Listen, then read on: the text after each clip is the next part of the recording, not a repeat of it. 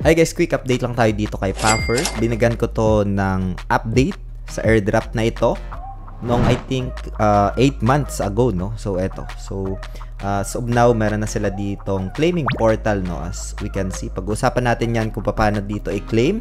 If na-miss out mo man ito, I'll share some other campaigns dito na pwede kayong makasali or sumali, no? So bago tayo dito magsimula, kung hindi nyo pa na-like itong video na ito, please like this video first.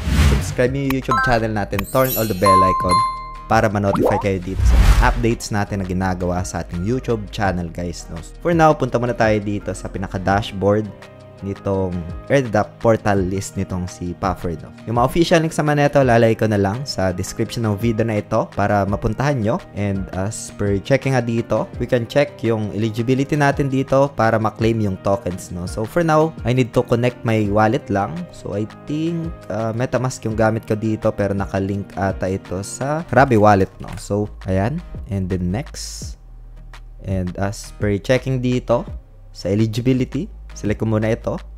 Ayan. And then, check eligibility. Meron ata ako ditong Eigenlayer, no? So, I think, ayun, eligible tayo pero sobrang liit lang ito. Pero doon sa Puffer, check natin kung magkano yung nakuha natin. Let's go back muna tayo dito. Ayan, back to airdrop list. Punta tayo dito, guys, sa Puffer airdrop season 1, no? So, ito, binigyan ko to ng updates, ideas. As we can see kanina, 8 months ago, no? So, you can just check eligibility dito. Ayan, check eligibility for Puffer airdrop. So, checking na. And check natin kung magkano nakuha natin. So, meron tayo ditong 70 Puffer, no? So, if I'm not mistaken, Puffer Finance price right now is nasa 51 cents, no? Pero tumaas ito, I think, nag 89 cents, no? Ito. So, noong October 15, last few days ago.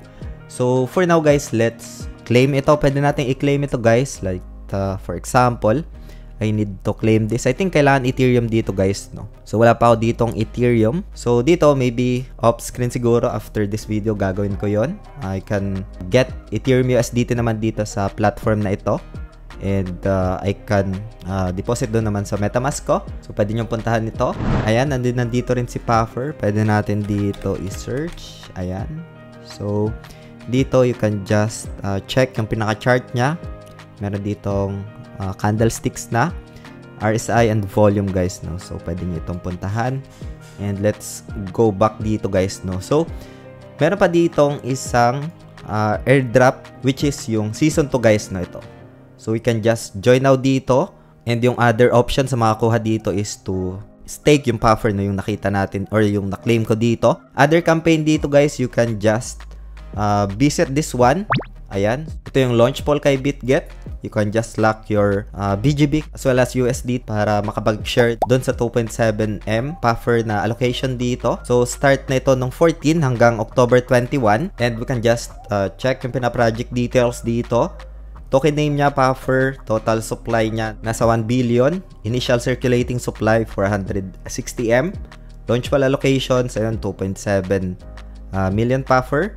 So, about the project, kagaya ito nung like DeFi, no? So, pioneering permissionless infrastructure on Ethereum through innovative decentralized solutions. So, kagaya siya na like other restaking platforms like DeFi as well. And para naman dito sa locking pool 1, yung allocation na Puffer is nasa over 1.8M. Maximum BGB locking limit, ayun, so meron na for BIP 1 to BIP 7, no? And malaki yung allocation na pwedeng makuha, no? Pero this is for the BIP. And I think it's a first time ata ito na nagkaroon sila ng allocation for the BIPs, no? So malaki-laki yung naka-allocate sa BIP. Maximum BGB locking limit for like doon sa BIP 0 is 20,000 BGB lang, guys, no? Comparing doon sa 50,000 BGB pag under ka this BIPs, no? So, yung maximum BGB locking limit naman is 5 BGB. Meron ditong locking pool 2 which is total Puffer airdrop is nasa 810,000 Puffer. Para naman ito sa mga bagong users, yung nakapag-create ng account after October 11. Ma-eligible dito. Tapos meron sila ditong maximum USDT locking limit na 2,000 USDT, no? So, minimum USDT locking limit is 5 USDT. USDT pool airdrop, ito yung pinaka-calculation. Pwede nyo puntahan dito guys, if ever man na na-miss out mo yung airdrop ni Puffer. So, there's some other alternatives, pero make sure to read yung pinaka-disclaimer. And then again guys, itong video natin today is just for ideas lang, an update, and does not qualify as an investment or financial advice. Hope you get some insights dito, updates, kung ano na nga ba yung nangyari doon sa mga recent airdrop na ginawa ko as an updates guys. Yun, you can just check this Puffer airdrop portal list. Yun, hope you get some updates dito guys, ideas. Maraming salamat ulit sa panunood. Ingat tayong lahat. Peace out. Bye for now.